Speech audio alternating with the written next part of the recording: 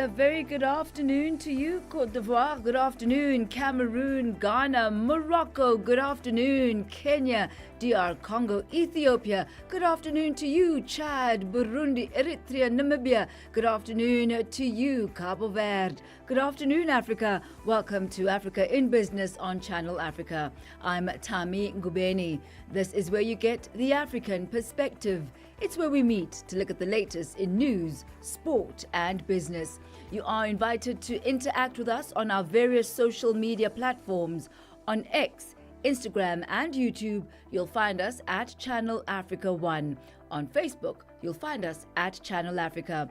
Here's an added bonus for you. If you are on YouTube, you're also able to live stream us. So there you get the double opportunity of not only listening to Africa in Business, but watching us and being part of the process as we do it. A lot in store for you this afternoon as we look at the G20, the Sanlam Alliance, which is a lead sponsor of the B20 South Africa 2025.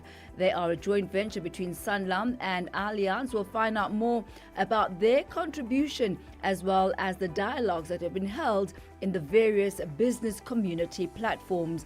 Also a look at the night before. We're talking about the big meeting between South African President Cyril Ramaphosa and his US counterpart Donald Trump. It certainly had all the world watching and listening. That and a whole lot more coming up in store for you today on Africa in Business. I'm Thami Ngubeni. Welcome to it. Connecting Africa to the world. Africa in Business with Thami Ngubeni brings you the latest insights on Africa's economy. We begin here this afternoon with South Africa's Finance Minister Enoch Godongwana. In his recent budget speech, he made it clear that tackling financial crime is now a top government priority.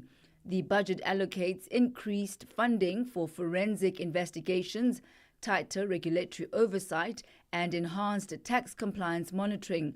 This signals a warning to businesses classified as accountable institutions under the Financial Intelligence Center Act or FICA. They should be bracing themselves for greater scrutiny as well as stricter enforcement. Channel Africa business reporter Innocent Samosa has more.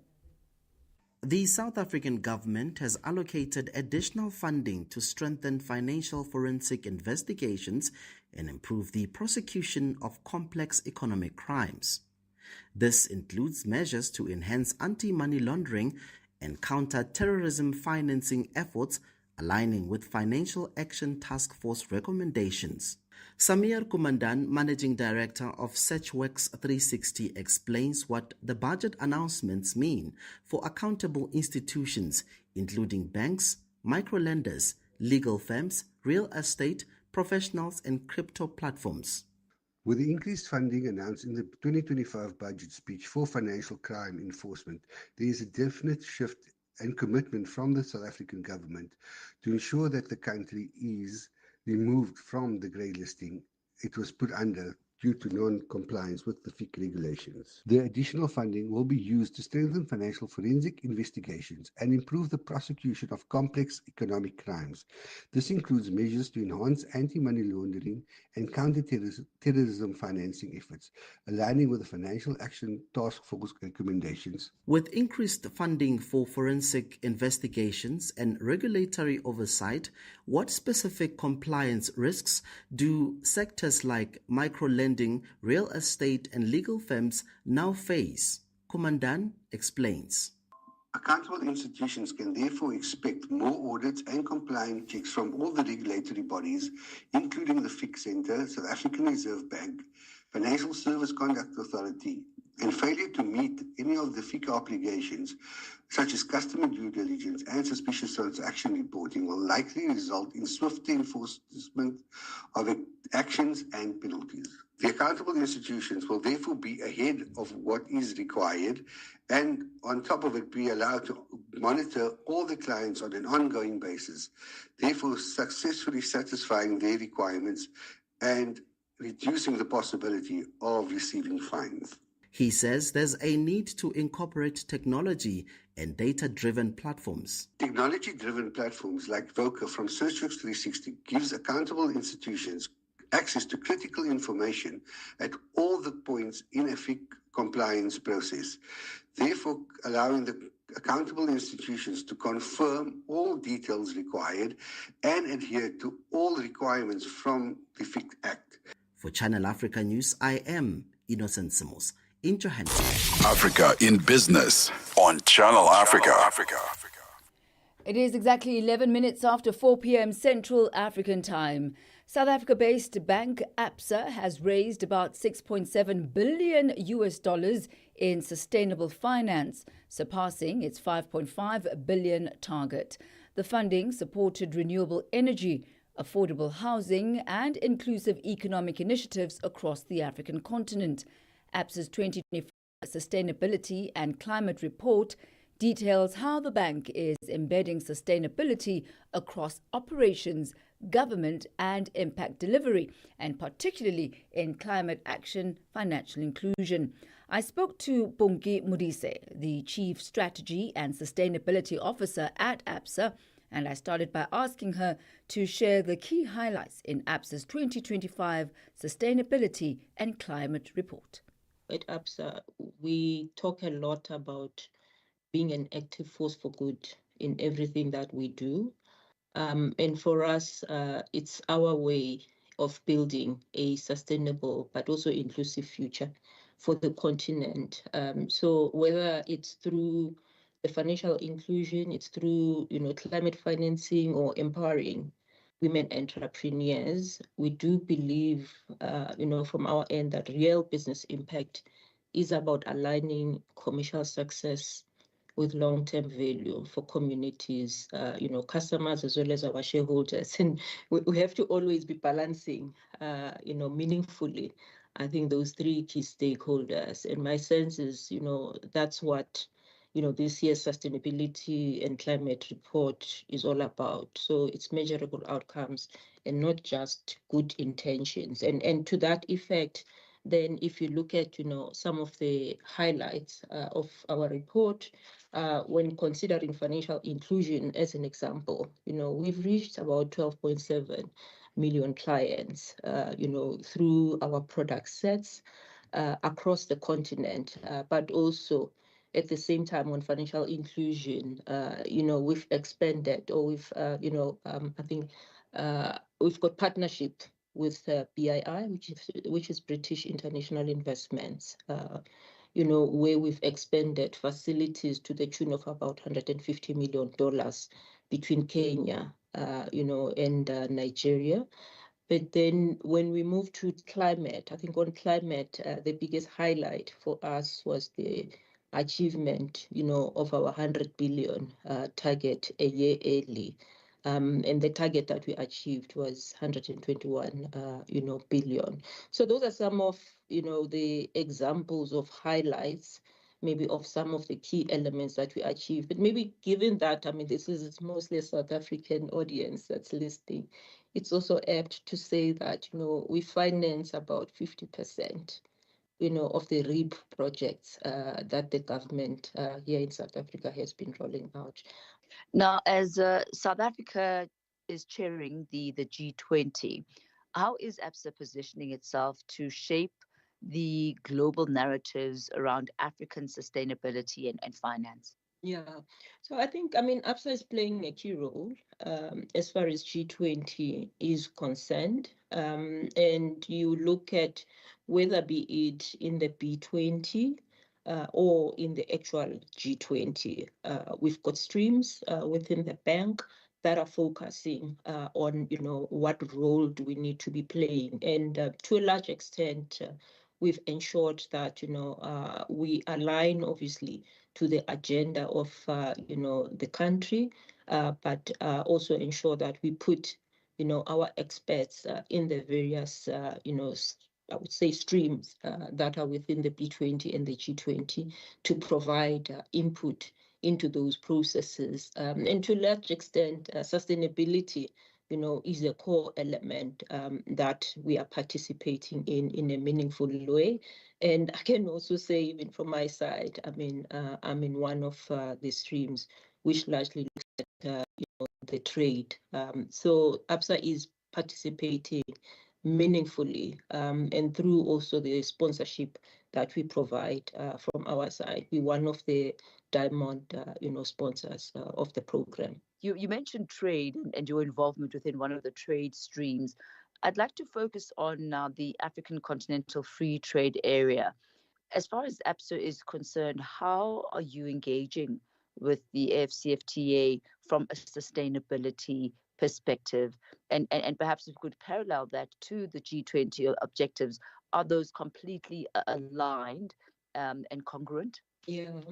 So completely, I wouldn't say maybe complete alignment, particularly, if you've got many players that are playing in any situation, it's very difficult to achieve complete alignment. But I think, broadly, you've got the right level of alignment. And as far as the Africa, free trade, as an organization, we support, our clients significantly with trade.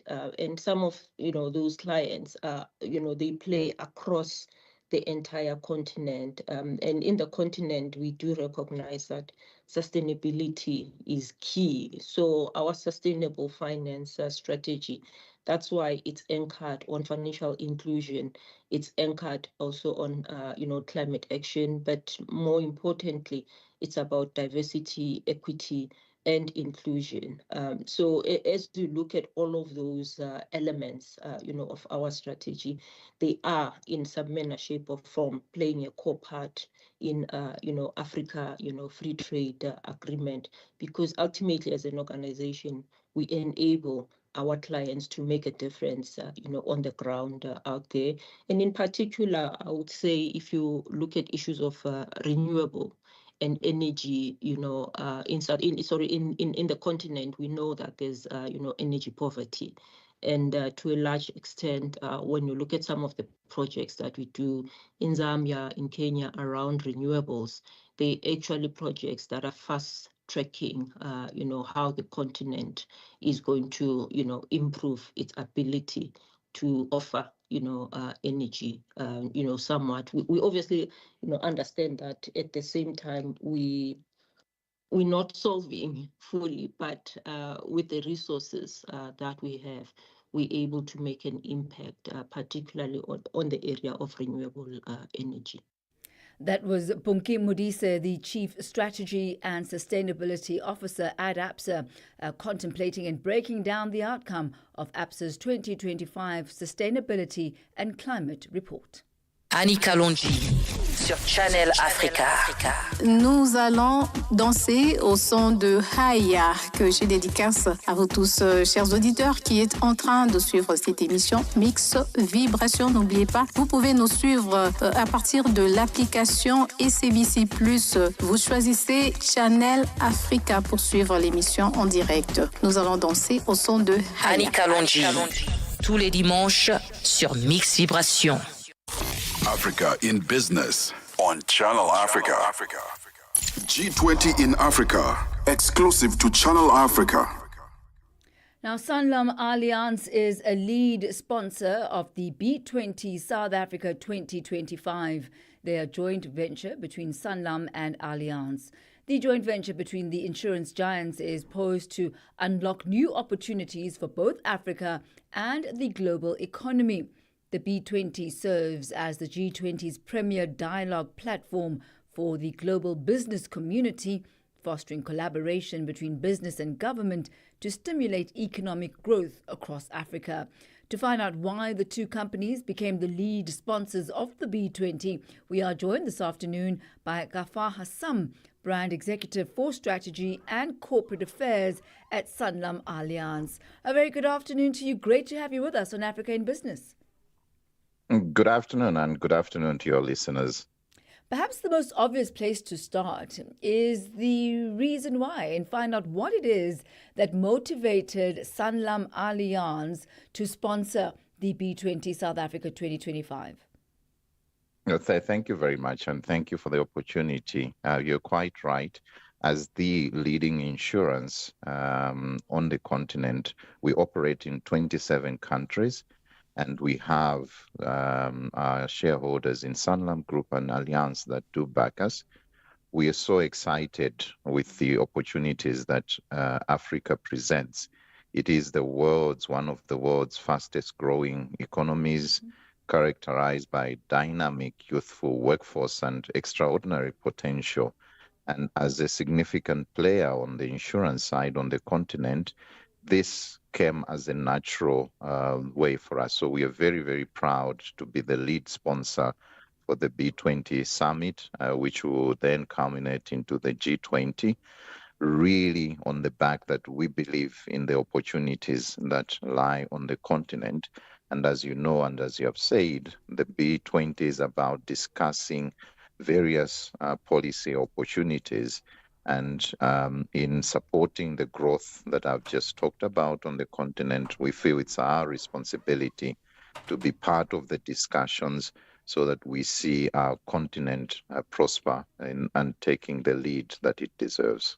Perhaps let's become a little bit more granular and get into the details of this particular partnership. You mentioned earlier on that it was a natural move for you to make as Sanlam Allianz.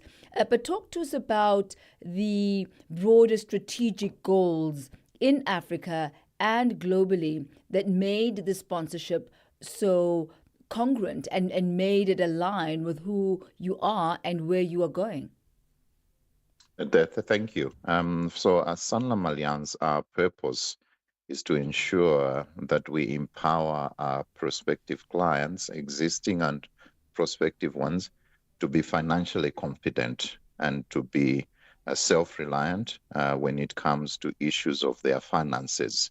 And as I said, globally, Allianz, a JV partner, are the largest insurance company in the world. And we bring together the expertise of a big Africa company as well as global company, and bringing those expertise in terms of product solutions and empowering our people, our clients that we operate with on the continent to make sure that they are financially confident. And with the goals that you have in mind and the goals that you've highlighted now, what do you highlight as the key policy discussions that are going to be held at B20 and the contributions that you want to make in that regard? Well, we are excited with the focus groups that have been identified under the B20 banner. One of them, the theme is inclusive growth and prosperity through global cooperation. And for us, that inclusive growth speaks to our core values because we want to provide financial access and increase the reach of many individuals on the continent that do not have access to financial services. Our objective is to increase that access and to make sure that we easily provide financial solutions to our clients. And who tends to be the most malaligned as far as reach is concerned? Which demographic? Well, it's across the continent. Obviously, the continent is not one country. It's characterized by different cultures, different way of doing things, and it's both men and women. But if you look at our continent, the exciting part is that the youth relative to other continents are really the driving force of this continent. And so for us, really exciting part of the focus for the B20 is about employment creation. And our group CEO in the Sanlam Group is the one that is leading that discussion in terms of creating policies that foster employment, education, and financial inclusion. So we're really excited with the segment of the youth and helping them from a policy point of view to make sure that they are productive and really the force behind the growth of our continent. I wonder, Mr. Hassam, as far as the youth are concerned, Is there a policy or strategy to involve them in the ideation process and technology and development, especially within the areas of insurance and finance where you play? Most definitely. They are the leaders of today and tomorrow. And whatever policies that we are discussing, we're making sure that we include the youth. So in terms of our products that we offer in our markets, financial inclusion, as I mentioned, is a big objective. And related to that, making sure that the youth are involved in the conversations of developing those products, looking at what their needs are, and making sure that we deliver in the way that is convenient to them. Today, technology is much more accessible to most of the population. So making sure that we deliver our products using the technology platforms that are available, making it easier for them to communicate with us, or we also want to communicate with them, and responding very quickly. I think gone are the days where weekends you find that your offices are closed. Business is now done 24 hours, and we have to make sure that we are easily accessible to our clients. You talk about 24 hours, Mr. Hassam. Sometimes it seems like it's never ending. The hours just fall into the next. But as we conclude our conversation today, I know, as you said, you have a very enviable profile on the continent, having a footprint in about 27 countries. But what type of collaborative opportunities or key partnerships has the B20 afforded to yourself as the Sanlam Alliance Group? What are the opportunities that you've identified in strengthening those type of collaborations and partnerships? Most definitely. We believe that on our own we can only go a short distance, but together we can go very far. So in terms of collaboration, we believe in a partnership approach with governments, partnership approach with bank assurance partners, partnership approach with so many community leaders and groups. And our continent is very, very vibrant, particularly also if you look at women. They are very innovative and coming up with schemes that are empowering them. So from a partnership point of view, we're very excited with the opportunity that this B20 provides us, because we can be on the same table with these other partners, and we are not going to do it alone. We recognize that on our own we can't make much of an impact, but together with other interested stakeholders, we can meaningfully make a positive impact on the continent. Mr. Ghaffar Hassam, we thank you very much for your insight and wishing you all the best for the rest of the B20. Thank you so much. It's a privilege. And thank you once again to you and to your listeners. May you have a great day. Thank you, sir. It's been a pleasure indeed. That's Mr. Ghaffar Hassam. He's the brand executive for strategy and corporate affairs at Sanlam Alliance. He takes us to exactly 4:30 Central African time. In just a moment, we'll be heading over to the markets desk, where we'll get the latest market indicators with Nosipo Zuma. G20 in Africa, exclusive to Channel Africa, championing Africa through solidarity, equality, and sustainability.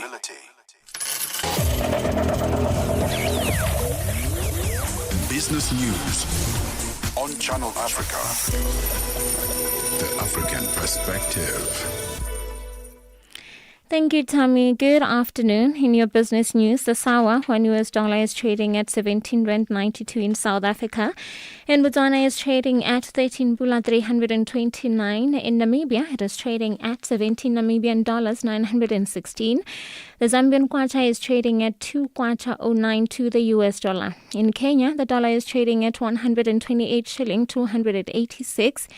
In Ethiopia, it is trading at 134 birr 488. In Uganda, it is trading at 3,000 shilling 628. In Tanzania, it is trading at 2,000 shilling 10. Looking at commodities, gold is trading at $3,298 and platinum at $1,063 per ounce. The price of Brent crude oil is at $63.82 a barrel. Now, for any business news stories you would like to share with us, please send an email to newsroom@channelafrica.co.za or call us on +27 11 714 4459. For Channel Africa Business, I'm Nusip.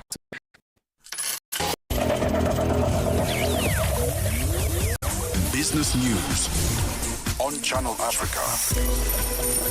The African perspective. And for the business of sport, here is Figile Lingwati. Sports on Channel Africa. The African perspective. Thank you, Thami. Good afternoon. Let's start off with the business of aquatics. Swimming South Africa. SSA President Alan Fritz is delighted that the aquatic swimmers have received a financial injection to develop women divers. The planning for the 2028 Olympic Games in Los Angeles and 2032 Games in Australia has already started. The Women in Sport Trust investment is to encourage underprivileged athletes and aspirant swimmers. Fritz elaborates on the relationship they have with the trust. Swimming South Africa has partnered with Women in Sports Trust. It's headed up by Dr. Nomonda Mabuya. She said to me, Alan, we would like to ensure that the transformation of women in aquatic sport, which is the number one federation in our country in terms of podium performances, benefit from the trust. And she has chosen the 5 ladies, the McMurray sisters, Myra, Zalika, and there's one lady absent, and she's unfortunately not available. She's down in Cape Town. It's Cassidy Burgess. And we were very, very excited when Dr. Mabuya and the Trust awarded these girls with support, which would mean that it will reduce the burden on parents to fund particularly overseas trips, also look at their scientific support. They are all elite athletes. You've quite rightfully say that Myra and Cassidy just came back from Egypt, Cairo, where they have both medaled, and we are quite excited at these young athletes in their preparation in terms of achieving their full potential, and if their full potential takes them to the Olympics, that will make us even more happy. Yes, thanks. This is a year commitment from the Trust. Zalika is a diver, world-class diver, and she'll talk on behalf of herself just now, but she has participated in many international competitions. She's on the way to train in the USA because we lack proper facilities in our country. And Zalika will tell you a little bit more. The 2 McMurray sisters are water polo players, exceptional goalkeeping. I've seen them in action at our national championship down in East London about a week ago. And of course, Myra and Cassidy are swimmers, and as we said, they have just returned from Egypt. They have a year commitment, but it's clear that from the Trust point of view, they're in for it for the long haul. They're looking at supporting these athletes for years to come. So we are talking to a number of role players. This discussion many times about funding for aquatic sport, and we hope that more organizations would come to the aid of our athletes, and their parents will really fund a lot of their activities.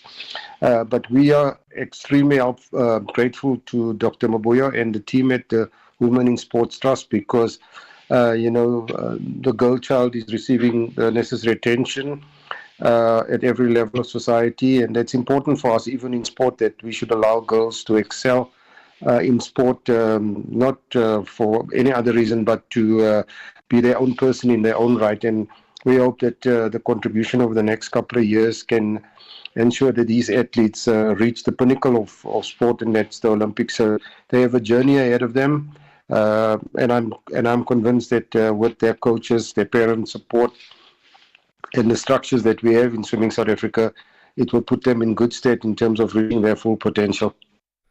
For any sports stories you'd like to share with us, please send an email to newsroom@channelafrica.co.za or call us on +27 11 714 4459. This is Channel Africa Sport with me, Figile Lingwati. Sports on Channel Africa. The African perspective. Get the news, music, and lifestyle of Africa. On Channel Africa, the African perspective.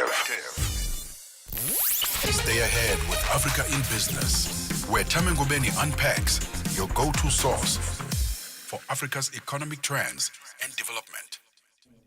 It is exactly 4:36 Central African time now. South Africa has submitted a revised framework proposal to the United States, focusing on expanding trade and investment relations between the two countries.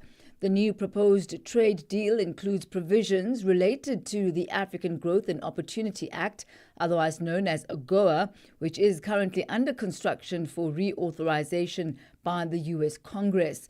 The country's Minister of Trade, Industry and Competition, Parks Tau, has reaffirmed the country's commitment to placing trade at the center of G20 deliberations. For more on this, we joined on the line by Dr. Emmanuel Matambo, a senior researcher at the Center for Africa-China Studies at the University of Johannesburg in South Africa. A very good afternoon to you, Dr. Matambo. Good to have you with us on Africa in Business. Good afternoon to you, Thami, and your listeners. So it was a big day yesterday. All of South Africa, I know for sure, was glued either to their radios or to their television screens, and perhaps, many parts of the African continent and the world as well, to watch that very much anticipated meeting between the presidents of South Africa and the United States. So let's focus then on what the key objectives for South Africa should be in the current trade negotiations with the United States.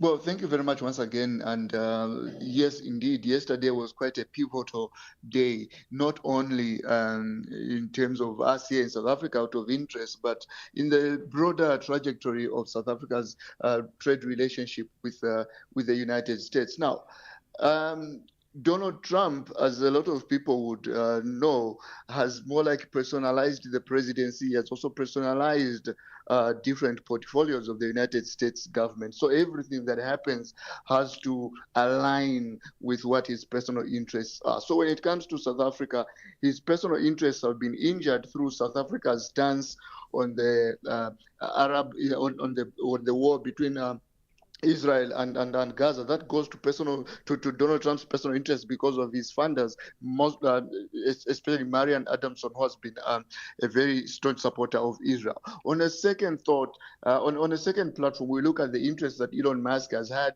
and the calumny with which Elon Musk has painted South Africa by saying he was prevented from installing Starlink in South Africa based on the fact that he is a white South African. So it is these personal elements that have kind of tarnished Donald Trump's perception of South Africa, and with that has imperiled South Africa's trade relationship with the United States. So President Cyril Ramaphosa and his contingent will probably have to deal with Trump from that particular perspective.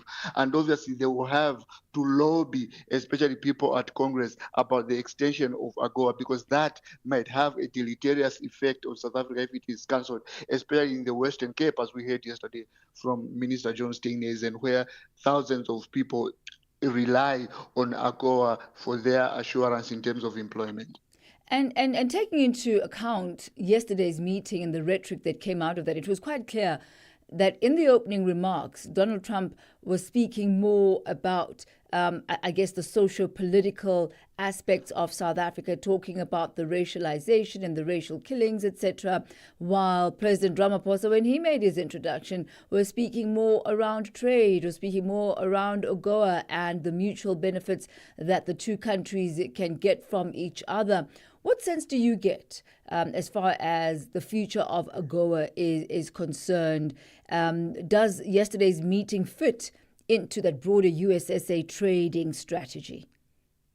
Yes, indeed. Yesterday's meeting fits into the broader strategy of AGOA. And we have to remember, by the way, that AGOA is a law that can be done away with. That is why it usually comes up for renewal every now and then. So it is in grave danger at the moment because the Republicans are actually dominating the United States Congress. And we know from his first term that President Donald Trump doesn't really have Africa as a priority. He was president for 4 years, never visited the African continent, only sent his wife to Kenya, I think, if I'm not mistaken.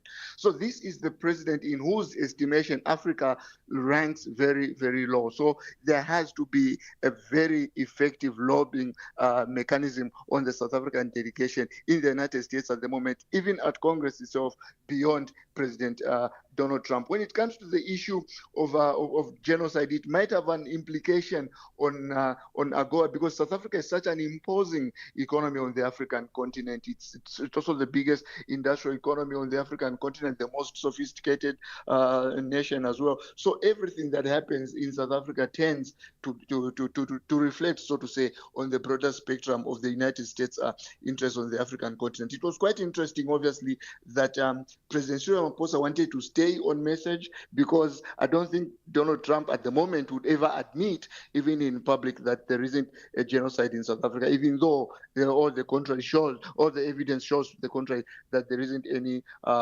genocide. I was quite surprised, obviously, when the question of genocide was asked. President Ramaphosa jumped in and said, "I can answer that." I thought that maybe a subtle way of dealing with that would have been, this is one of the issues we are going to talk about behind closed doors, because Donald Trump did not take the plunge, but I'm surprised that President Cyril Ramaphosa decided to take that route.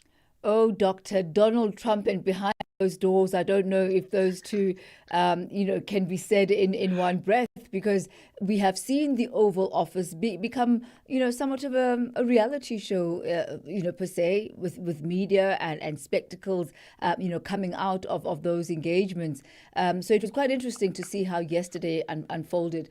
There is a big elephant in this room, Doctor, that I'd like us to talk about, and that is Starlink. And Starlink very much being touted as being maybe even at the center, or at least being very pivotal to what the United States / Elon Musk wants from South Africa. Where does that stand? And maybe tell us a little bit more about Starlink, because we also heard Johan Rupert advocating for Elon Musk's Starlink to have presence and actually be granted access to the South African market. Well, it is a satellite internet constellation, right? And it is operated by Starlink services. And Elon Musk, the owner of SpaceX, is the ultimate owner of Starlink as well. When Johan Rupert chimed in yesterday, he was speaking mostly about the general breakdown of security in South Africa. And for that, he said, we need probably some monitoring and surveillance equipment. And it is on that basis that he said we needed Elon Musk's Starlink in South Africa to make sure that we combat, or at least we surveil on crime and possible criminals. So it was within that context that he said Starlink could be invited to Africa. Unfortunately, there seems to be an impasse between Elon Musk and South Africa, because I think he was asked to find a Black economic empowerment partner or something like that in South Africa, and he mistakenly construed that as being racially discriminated by the South African government, which of course is very far from the truth. But as I said from the beginning, Trump's stance on South Africa has to be looked upon from two very influential motives. One motive is South Africa's stance on Israel and how Trump is against that. That is why he deliberately chose the word genocide, the very word that South Africa used when he took Israel to the International Court of Justice. And then obviously another aspect to his stance on South Africa is the aspect of Elon Musk, who was one of his biggest campaign contributors last year. So even the issue of Starlink has to be looked upon from that particular prism. But again, will South Africa's sovereignty be undermined if South Africa breaks one of its rules regarding investment just to accommodate Elon Musk's personal interests and Donald Trump's personal interests as well? That will probably be an interesting aspect from which to judge South Africa, the formidability of South Africa's foreign policy. And as you say, it is policy, it is law. It's not really at the whim of any political party to decide to do that, because it is part of the law in South Africa as far as Black economic empowerment is concerned. But Doctor, How is South Africa balancing its relationships with the United States and other major powers like China that South Africa has a fantastic relationship with, as well as the European Union in its trade strategy? Donald Trump is actually probably the best PR campaigner for China. A lot of people usually talk about China or criticize China for being a propagandist, and they even criticize China's Confucius Institutes and its media training, thinking that China is trying to indoctrinate the rest of the world. But and then comes Donald Trump. By his own policies, by his own erratic impositions of tariffs, which have alienated not only its rivals such as China, but it has also alienated countries such as China, countries such as Canada, which are America's firm friends. So that actually paints China in a more positive light, and the European Union as well. We have seen that China is now embarked on a shuttle diplomacy, a diplomatic charm, so to say, not only of Southeast Asia, but even the European Union. South Africa has kind of for now, in terms of its relationship with China, the European Union, and other countries away from the United States, South Africa at the moment has been keeping a level head, because at the end of the day, it still remains a very big, America still remains a very important trading partner to China. So would South Africa want to alienate the United States from America? Not indefinitely, because in as much as we have seen that the Trump presidency is not going to be predictable, we do not have to throw the baby with the bathwater indefinitely, because America is a resilient country. It might come back again, or even Donald Trump himself might keep himself controlled in the coming years. Only that now he wanted this shock therapy to make sure that he caters to the people who voted for him with massive numbers in November last year. Dr. Emmanuel Matambo, always a pleasure. Thank you very much for your insight as we break down the US-SA trade relations. Dr. Matambo is a senior researcher at the Center for Africa-China Studies at the University of Johannesburg in South Africa. Africa in Business on Channel Africa. Now, South Africa's Finance Minister Enoch Godongwana says the processing of the budget should be finalized by the end of July to ensure that government departments do not run out of money. This comes after the third iteration of the budget was successfully delivered on Wednesday. He says because of the delays in passing the budget, national departments as well as provinces are only able to spend 40% of their budgets. Dimakatso Leshuru reports.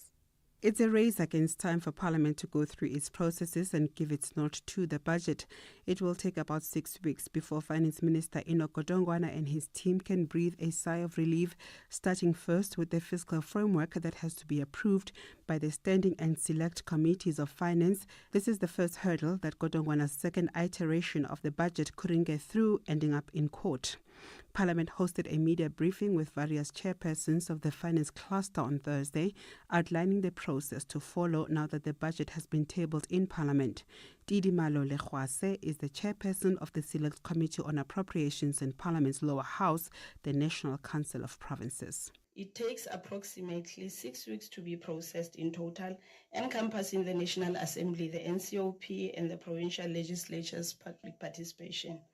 In the first week after the minister has tabled the budget, the finance committees from both sides will then adopt the fiscal framework, paving the way for the committee's briefing by the National Treasury on the bill, which will be happening tomorrow on Friday at 10 o'clock. She says the final decision will only be taken by the NCOP, whose members represent provinces prior to being assented to by the president. On the fifth week, provincial legislatures will then prepare their final voting mandates, which are submitted to the committee for processing. Then the committee will consolidate and adopt the final provincial negotiating and voting mandates and will finalize the report as its bill.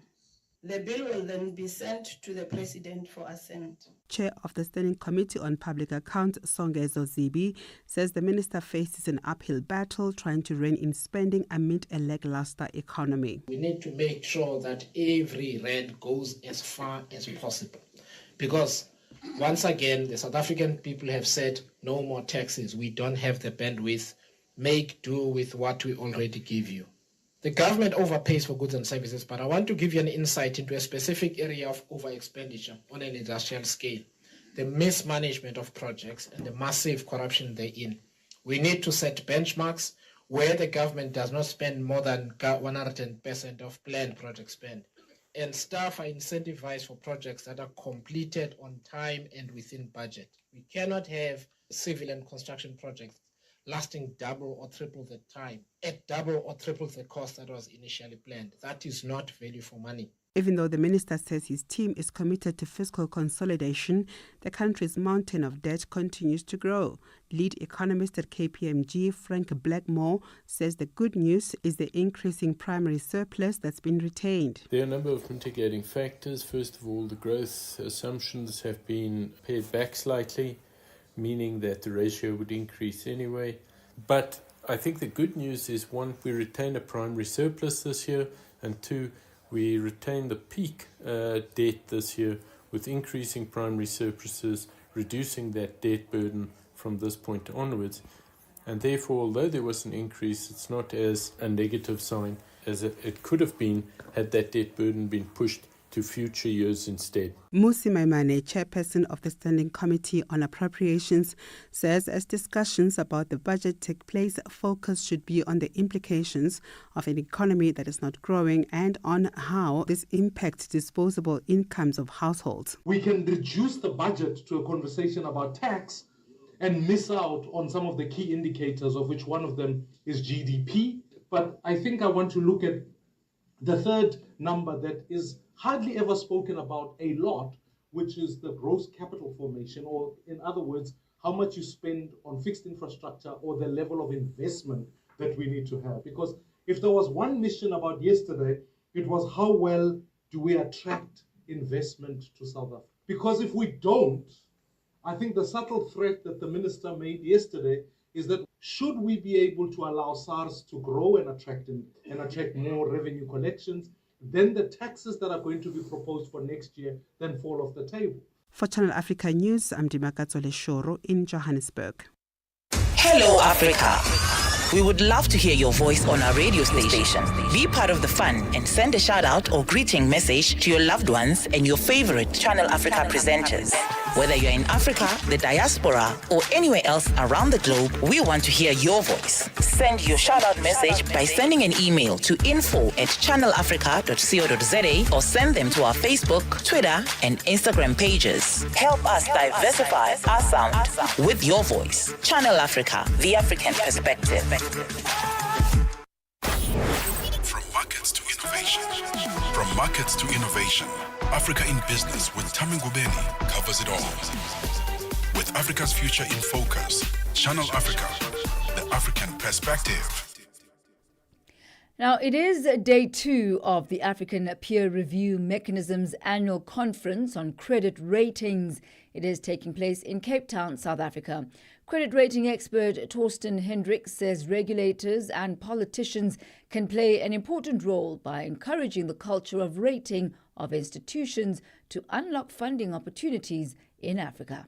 It's still a long road ahead of us, but I think there's a number of prerequisites that can be created and organizational issues that can be done in order to unlock the capital markets domestically. Currently, there's hardly any corporate bond market in any of the African countries, South Africa being very different, but many other countries in Africa are not yet developed in terms of a corporate bond market. So something can be done by the regulators, by the politicians to create a credit culture, a ratings culture in Africa. One of these suggestions would be to, for example, create a Pan-African regulator for the ratings industry, just like the Europeans have done some years ago, some 10, 15 years ago, with an institution called ESMA. And that's a European-wide regulator for the ratings industry, creating a level playing field across Europe for the industry. I think that would go a long way also in creating this credit and ratings culture in Africa. But then secondly, I think there needs to be some incentives for users of ratings, i.e. banks or pension funds, to actually use ratings and to demand ratings, because ratings is a demand-driven market. No corporate CEO or CFO in their right minds would ever mandate a rating agency if they didn't have to. So you need to create the demand for that. So if from a regulatory perspective, one would encourage banks to use ratings, i.e. for capital adequacy purposes, for example, or encourage pension fund managers to use ratings, that would create a market, and that would help, again, create the credit culture in Africa. So in order to unlock the domestic capital markets, that's the prerequisites that need to be done. But then secondly, it also needs rating agencies that can provide the service. And here we have been talking yesterday, and I guess we will continue talking today, about the possibility of creating an African rating agency. Now, we all know that there are certain rating agencies already active in Africa, but they're limited either in their regional outreach or in the kind of ratings that they provide. And the market really needs a pan-African rating agency that